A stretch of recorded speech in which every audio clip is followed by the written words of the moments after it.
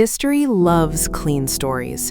It loves heroes without cracks, legends without fear, icons without contradiction. And no story was polished more carefully than Elvis Presley's, the king of rock and roll, the man who had it all: power, control, fame, women, applause. That is the version history repeats. But inside that perfect image, something was missing. Someone was watching closely. Someone who didn't read biographies. Someone who lived inside the silence. Lisa Marie Presley. To the world, Elvis was larger than life. To Lisa Marie, he was a man who disappeared behind locked doors and closed expressions. History remembers the roar of crowds. Lisa Marie remembers the quiet after they left. And that difference is where the lie begins. Every documentary starts the same way: the rise, the lightning strike of talent, the voice that changed music forever, the suits, the confidence, the smile that could fill a stadium. But none of them start where Lisa Marie started, inside Graceland, watching her father prepare himself to become Elvis again. Because Elvis was not something he always was, it was something he had to put on. Lisa Marie once said that people confuse being loved with being understood.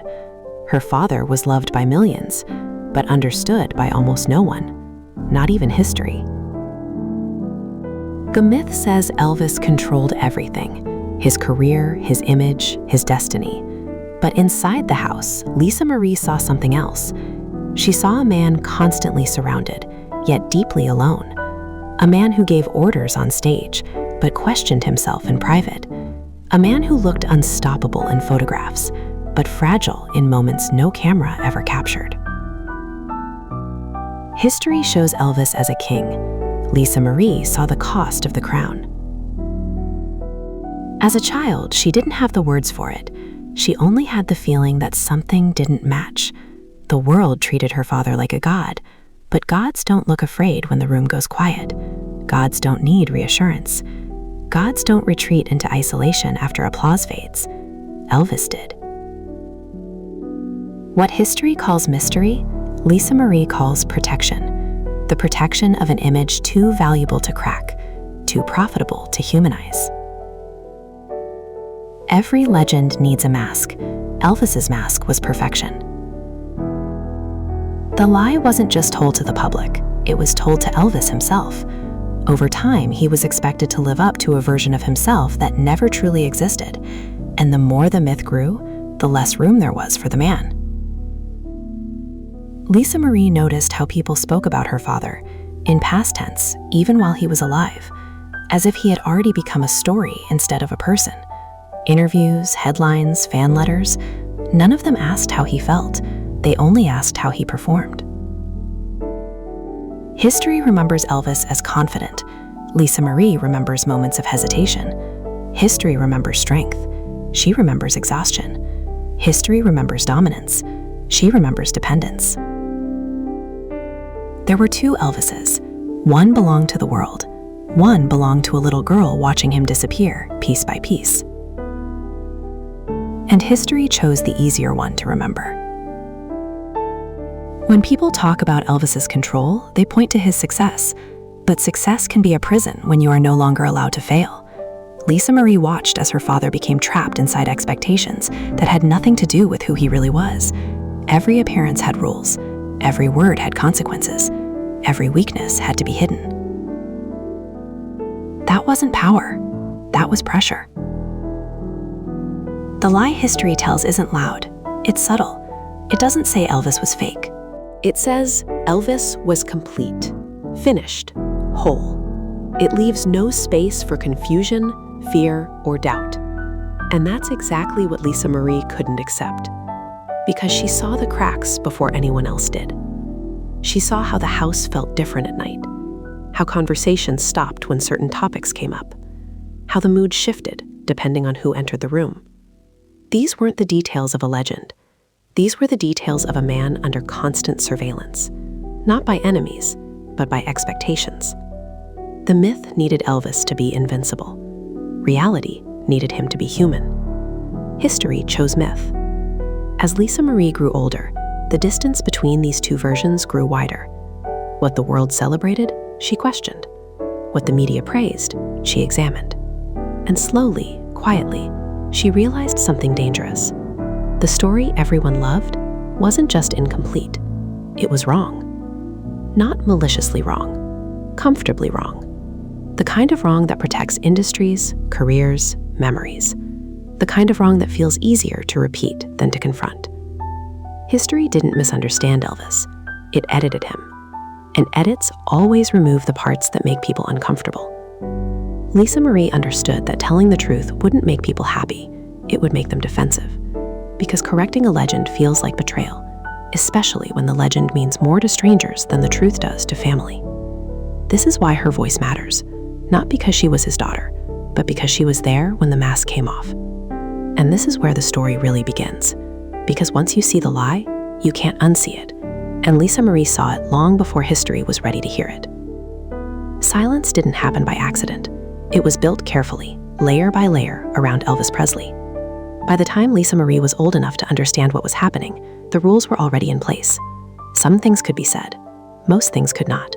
And the more famous Elvis became, the narrower the truth was allowed to be. History calls this privacy. Lisa Marie knew it as control. There were conversations that stopped the moment she entered a room, not because she was a child, but because she was his child, the one person whose words carried a different kind of danger. Friends, managers, doctors, advisors, they all came and went, but Lisa Marie remained. She saw patterns others ignored. She heard tones others dismissed. And slowly, she understood that the version of Elvis presented to the world depended on what stayed hidden inside the house. The public story was simple. Elvis was protected because he was precious. The private reality was more complicated. Elvis was protected because the truth was inconvenient.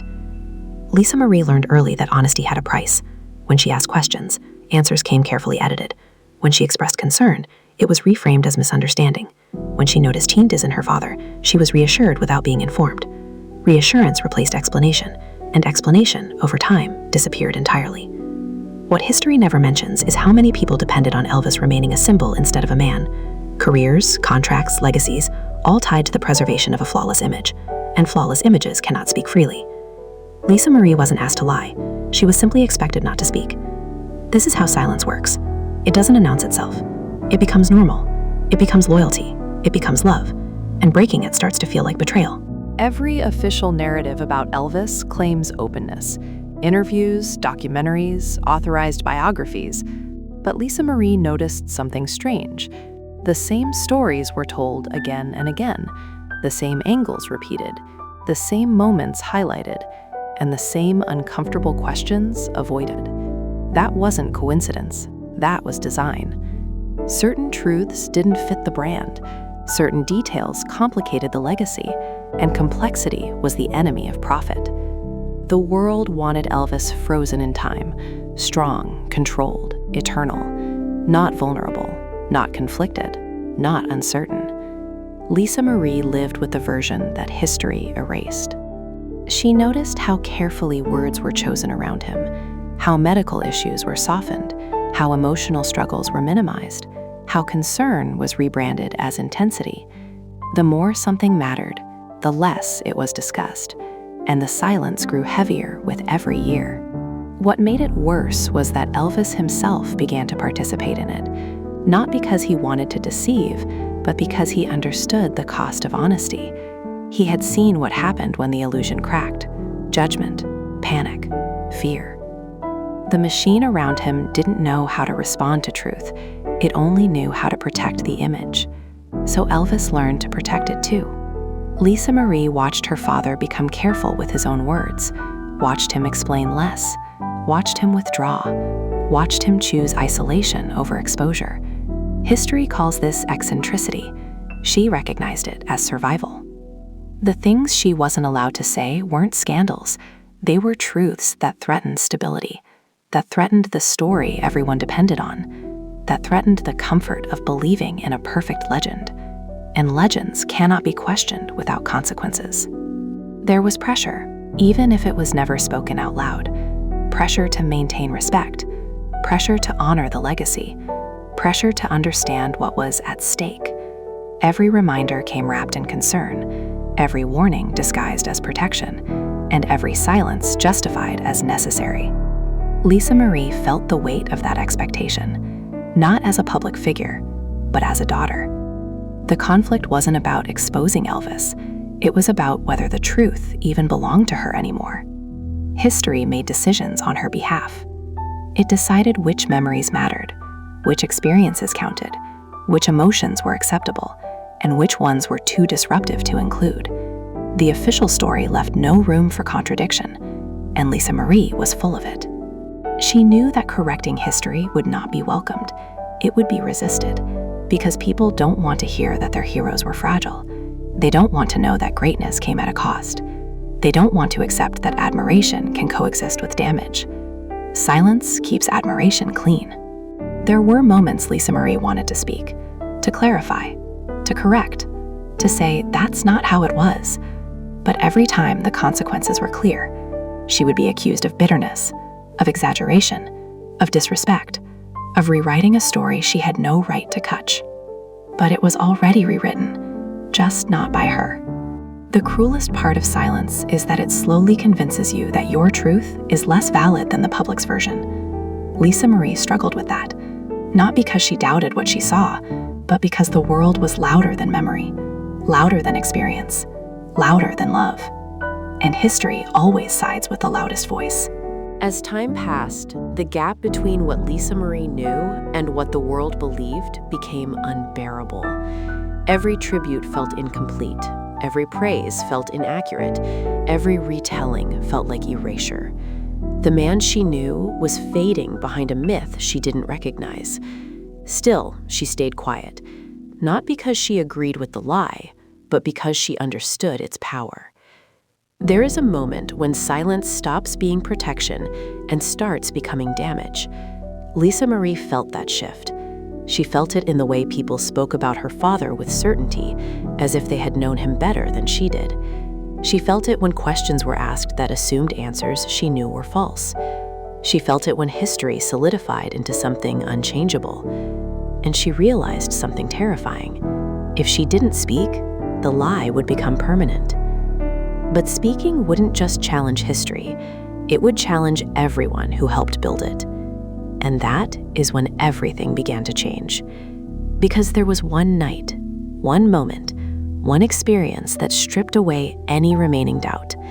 A night that made silence impossible. A night that forced Lisa Marie to confront a truth she could no longer carry alone. Some nights don't announce their importance. They don't arrive with drama or warning. They pass quietly, leaving no headlines behind. But afterward, nothing feels the same.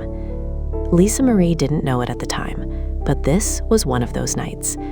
The moment when observation turned into understanding, when doubt turned into certainty, when the distance between the myth and the man became impossible to ignore. History prefers grand turning points. Lisa Marie's came in silence. It wasn't about a scandal or an argument. It was about presence, about seeing her father without the armor he wore for the world. For the first time, she didn't see Elvis preparing to perform or recover. She saw a man trying to hold himself together. The house was quieter than usual, not peaceful, heavy. Conversations felt careful. Movements were slow. People spoke in half sentences, as if finishing a thought might break something fragile. Lisa Marie sensed it immediately. Something was wrong, and no one was saying it out loud. Elvis was there, but he wasn't really there. His eyes were distant, his energy uneven. The confidence history remembers wasn't present. What remained was exhaustion. Not physical tiredness, but the kind that comes from carrying too many versions of yourself for too long. Lisa Marie watched him sit in silence, surrounded by people whose job it was to manage outcomes, not emotions. She noticed how no one asked him how he felt. They asked what he needed, what he wanted, what should be done. No one asked the simplest question. That was the moment she understood something fundamental. Elvis wasn't being supported. He was being maintained. History tells us Elvis had everything. That night, Lisa Marie realized how little he actually had control over. His schedule, his environment, his medications, his decisions. all filtered through layers of people whose priorities were aligned with the image, not the person. She had always sensed it, but sensing is different from seeing. That night, she saw it clearly. Her father was no longer the center of his own life. He was the asset everyone protected, even if protection meant isolation. Elvis noticed her watching. Their eyes met briefly. In that moment, there was no performance, no legend, just recognition. A silent acknowledgement that neither of them could say what needed to be said. The look wasn't fear, it was resignation. That look stayed with her. History likes to frame Elvis's later years as decline, a loss of discipline, a failure of self-control. But Lisa Marie saw something else. She saw a man trapped inside expectations he could never escape. A man who wasn't allowed to stop, slow down, or step away without consequences. That night, she realized the lie wasn't just public, it was structural. Built into contracts, routines, decisions made on his behalf. Elvis didn't wake up one day and lose himself. He was gradually removed from himself, one choice at a time. Lisa Marie felt anger, but it wasn't directed at her father. It was directed at the system around him, the one that called itself support while quietly erasing autonomy, the one that treated vulnerability as a threat to be managed. She understood then why silence existed, not because the truth was unclear, but because it was dangerous. Dangerous to money, dangerous to power, dangerous to stability. Elvis wasn't collapsing, he was being consumed. The most painful realization came later that night. Lisa Marie understood that love alone wasn't enough to save him. No matter how much she cared, she was still a child inside a machine that didn't listen. Her concern had no authority, her fear had no weight, and her voice had no place in decisions that shaped his life. That helplessness changed her. History would later debate causes, assign blame, and analyze symptoms. Lisa Marie didn't need analysis. She had witnessed the truth in real time. The moment when the man disappeared behind the operation, designed to keep the legend alive. From that night on, she could no longer accept the simplified narratives, the stories that painted Elvis as reckless, indulgent, or self-destructive. Those stories ignored the context she had seen with her own eyes. They removed responsibility from the structures that profited from his silence. And once she saw that, she couldn't unsee it. Her relationship with history shifted. She stopped consuming it as truth and began examining it as construction. Every article, every documentary, every tribute now felt incomplete. Not wrong in detail, but wrong in intention. They focused on symptoms and ignored causes. They described outcomes and avoided systems. Lisa Marie didn't suddenly start speaking out, but internally, something had crossed a line. The silence she had accepted as necessary now felt complicit. She wasn't ready to break it yet, but she knew she eventually would. Because the night that changed everything didn't just reveal the truth about Elvis. It revealed the truth about what happens when legends are protected more than people. From that point forward, her role was no longer passive. She was no longer just observing history being written. She was carrying a version of it that contradicted everything the world believed. And contradictions don't stay buried forever. After that night, nothing about Elvis looked the same to Lisa Marie. The legend the world clung to began to feel distant, almost unreal. What remained was a man navigating each day under the weight of expectations he could no longer meet. History would later describe these years with judgment. Lisa Marie experienced them with clarity. Elvis wasn't unraveling, he was enduring. The public image showed control, authority, and confidence. Behind closed doors, Lisa Marie saw caution replace certainty. Decisions were no longer simple.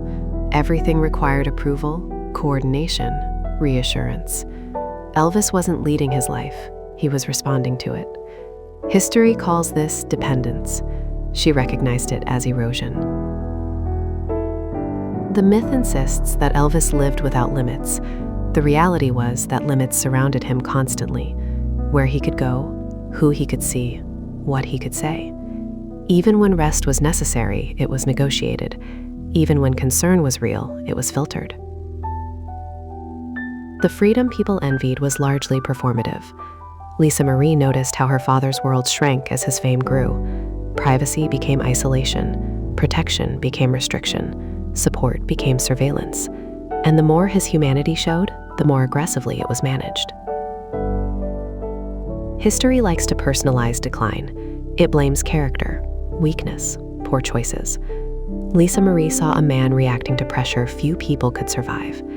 Every expectation carried consequences, every misstep amplified, every vulnerability exploited. Elvis was still kind, still present in moments that mattered to her, still capable of warmth and humor, but there was an undercurrent of strain that never left, a sense that he was constantly bracing himself, as if relaxing for too long might cause something to collapse. What the world interpreted as indulgence, Lisa Marie understood as coping, not justification, context. He wasn't escaping responsibility. He was trying to manage pain while fulfilling obligations that never paused. The myth had no room for nuance. It needed clear heroes and clear failures. Elvis existed somewhere in between. Lisa Marie watched the people around him speak about his well-being in terms of efficiency.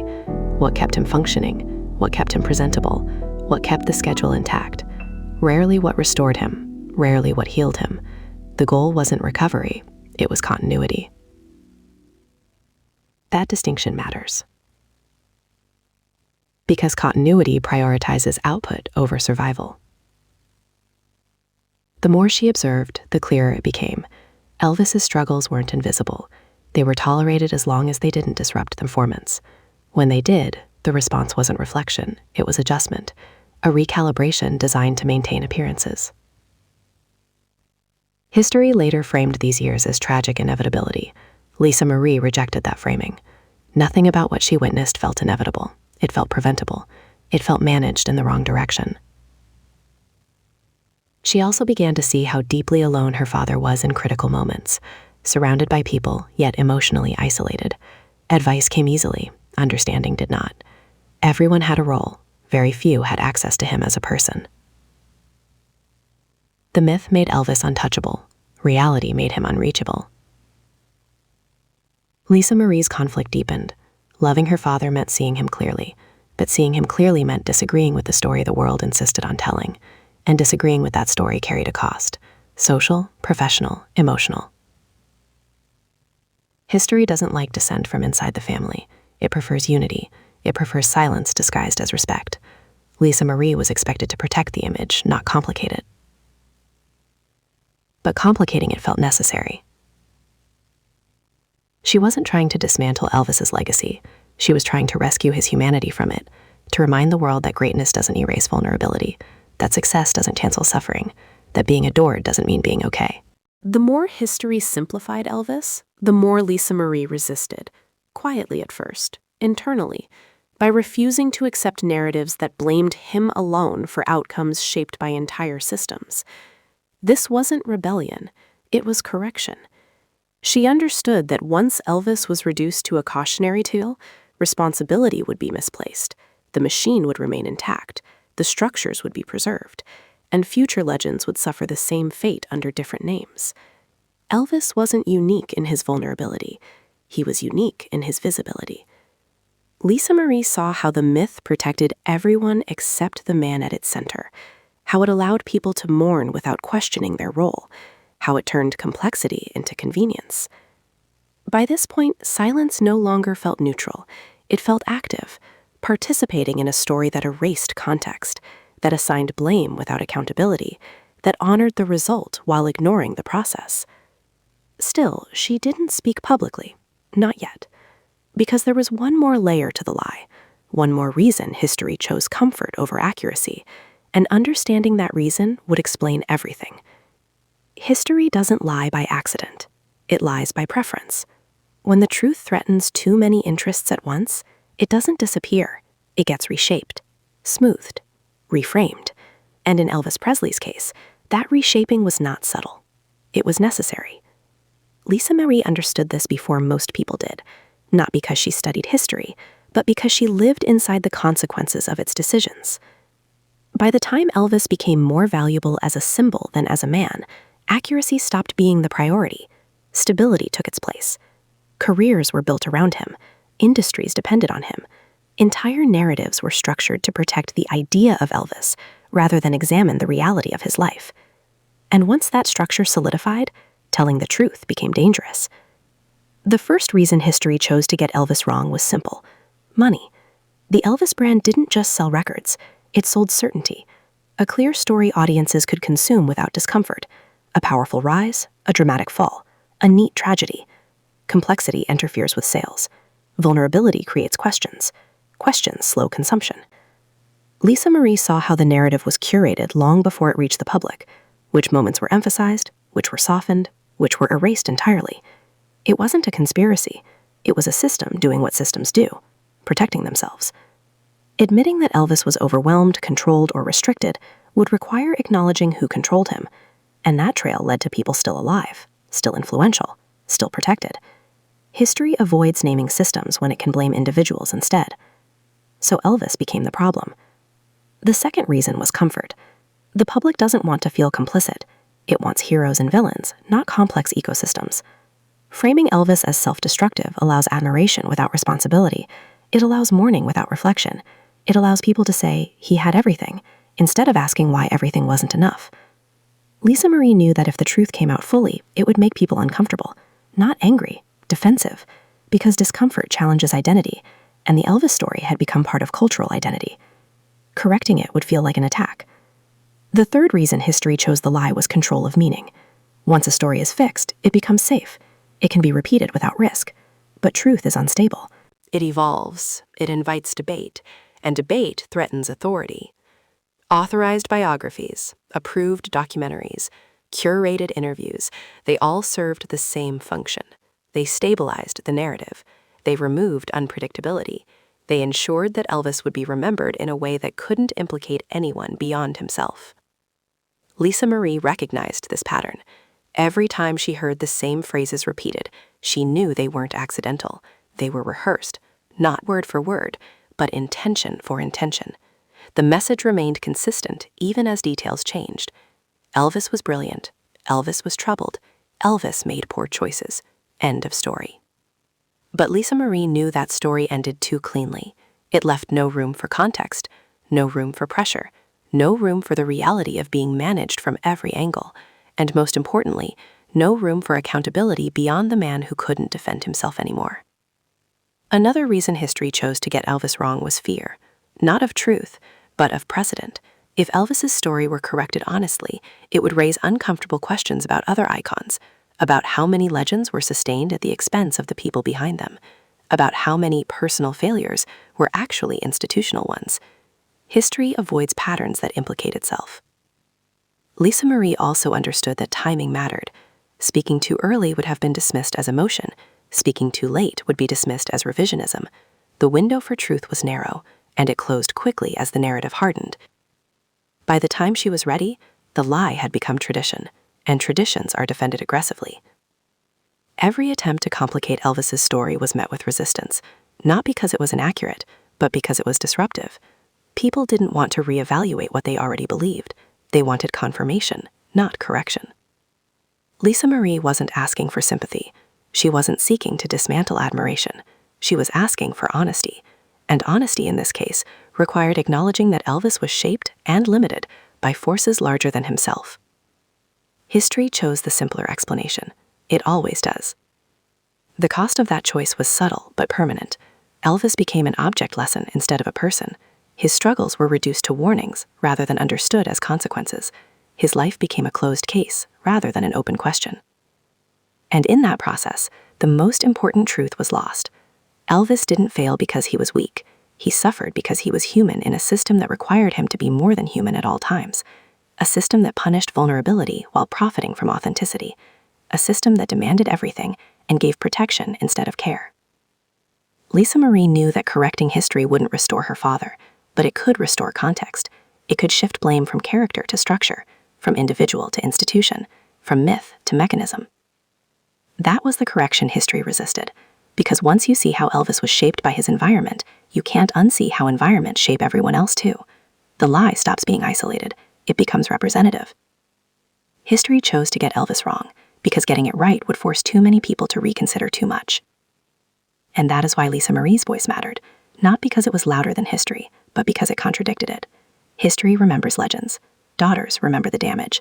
Lisa Marie understood this more clearly than anyone. By the time she found the courage to speak publicly about her father, the world had already settled into a comfortable story, a version of Elvis Presley that left little room for complexity, contradiction, or humanity. Her correction was not an attempt to rewrite admiration, but to restore truth, to reclaim the man behind the icon. She began cautiously, private interviews, careful statements, subtle corrections woven into public narratives, each word measured, precise, every sentence a negotiation between honesty and consequence. She knew the world loved the legend. She knew the world wasn't ready for the full man, but she had seen the cracks, and she could not stay silent any longer. Elvis had never been perfect. He had been brilliant, deeply loving, painfully vulnerable.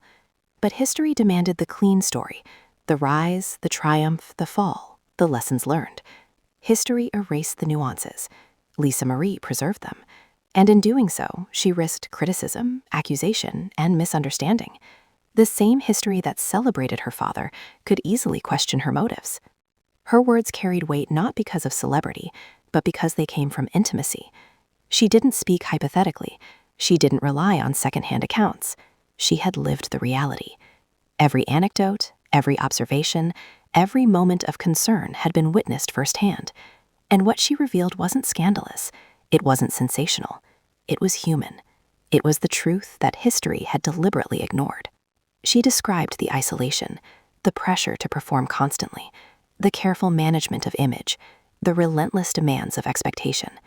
She explained how people treated her father as an asset, a symbol, rather than as a man. She spoke of nights spent watching him struggle, the moments of doubt that history never mentioned, the exhaustion hidden behind costumes, cameras, and applause. And through it all, she did not demonize him. She did not excuse mistakes. She contextualized them. She illuminated the environment that had shaped every decision, every misstep, every public failure. History responded predictably. Critics called her revisionist. Fans bristled at the disruption of the legend. Commentators debated motives. But Lisa Marie persisted, because persistence was the only way to honor the reality she had lived with for decades. The truth couldn't be polite or convenient. It had to be told fully, even if the audience wasn't ready. Her correction wasn't about Elvis alone. It was about understanding how history operates, how narratives favor simplicity over nuance, appearances over people, how legends can be protected while the individuals behind them are forgotten. She highlighted the mechanisms that perpetuated myths: media control, selective biography, curated tributes, strategic omissions. And she showed that these weren't accidental. They were intentional, maintained over decades. But she also humanized the legend. She revealed the moments of tenderness, of joy, of vulnerability that existed behind the mask. She showed that the man could love fully, laugh freely, and struggle silently.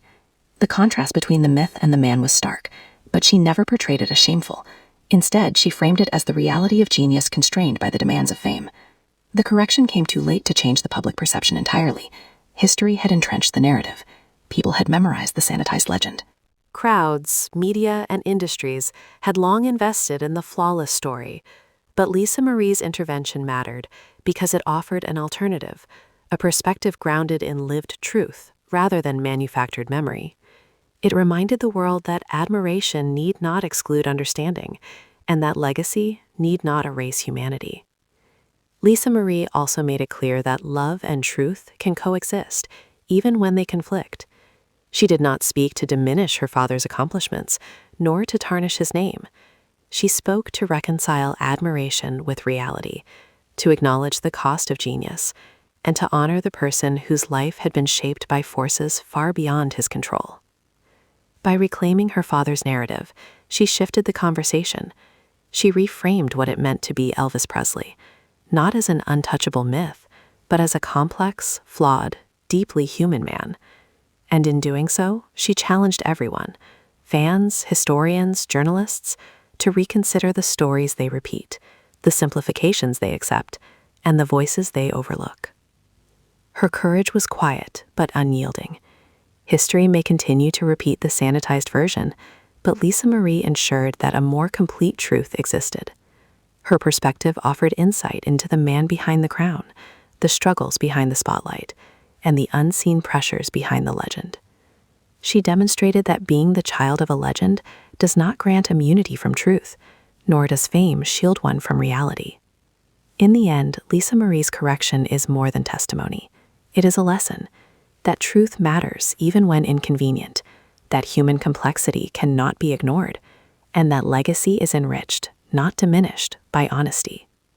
She showed that history is not a fixed record, but a story shaped by choice, omission, and perspective. And by speaking her truth, she invited the world to see Elvis in full, his brilliance, his flaws, his isolation, and his humanity. History may remember Elvis as a legend.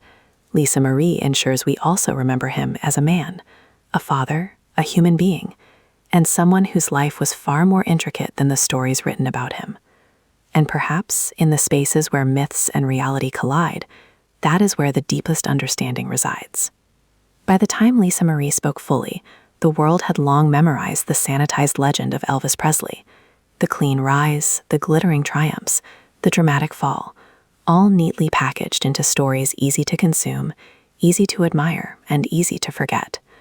But for Lisa Marie, the legend was never enough. She had lived alongside the man behind it, seen the shadows history chose to ignore, and carried memories that demanded acknowledgement.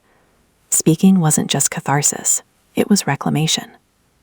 She began by recounting moments no biography dared to explore, the quiet evenings when her father sat exhausted, rehearsing lines of his life rather than songs, the nights when laughter and music faded, leaving only a heavy stillness that bore the weight of expectation, the instances when guidance and control replaced freedom and choice. These were not scandals, not sensational stories designed for headlines.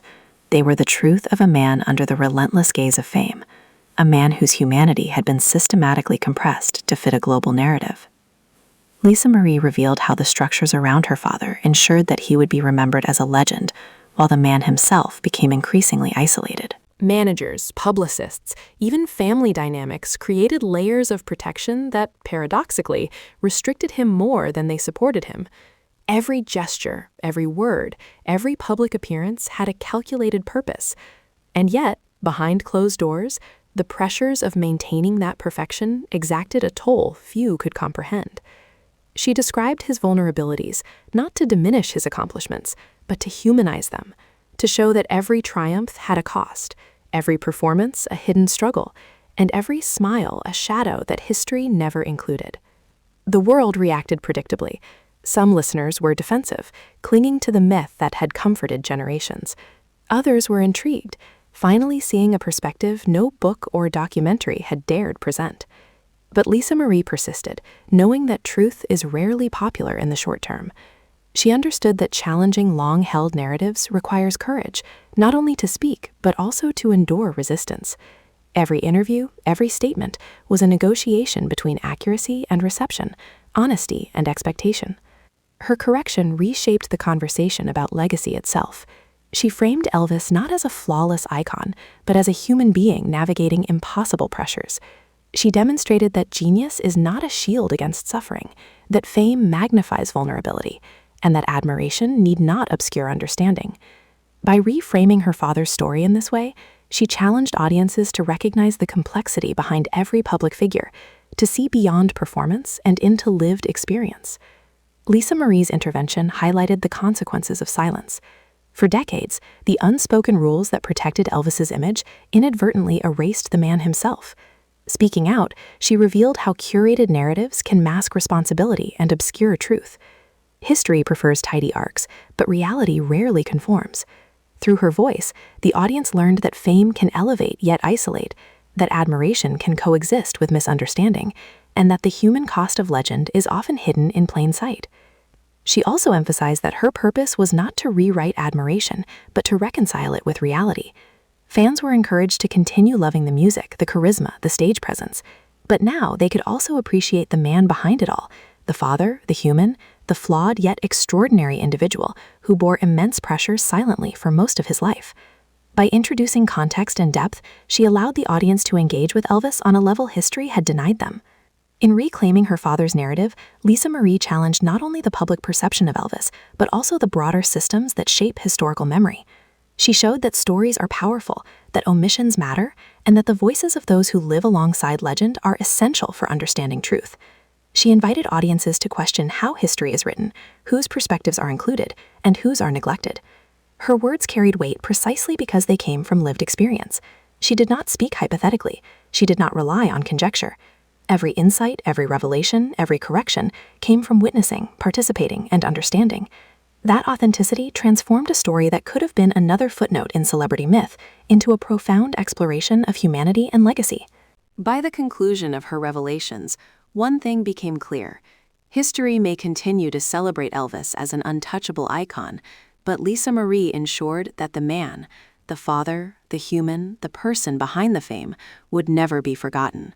She offered a version of legacy that honors complexity rather than simplifying it, truth rather than convenience, understanding rather than mere admiration. The story closes not with scandal, not with accusation, but with recognition.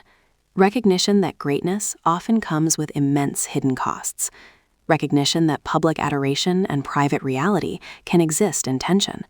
Recognition that those who live closest to legend bear a burden history rarely acknowledges. And recognition that the act of speaking truth, even after decades, is itself a form of preservation, preserving the human, not just the myth. Lisa Marie's courage transforms the narrative of Elvis Presley. She ensures that the king of rock and roll is remembered as more than a figure frozen in photographs and headlines. He is remembered as a man who loved, struggled, and endured, as a father whose life cannot be distilled into simple admiration, and as a human being whose story, now more complete, is richer, truer, and infinitely more compelling than history ever allowed. In the end, the lesson extends beyond one life. It is a warning and a guide. Legends can be protected, celebrated, and adored, but if the humanity behind them is erased, the story is incomplete. Lisa Marie's voice restores that balance. History may repeat its sanitized version, but for those willing to listen, the truth resonates, and once heard, it cannot be unheard. Elvis Presley remains a legend. Thanks to Lisa Marie, he is also a man remembered fully, not just for the icon he became, but for the human he always was. And in that recognition lies the final enduring correction, a story finally told as it should have been, a narrative that honors reality alongside myth, truth alongside admiration, and humanity above all else.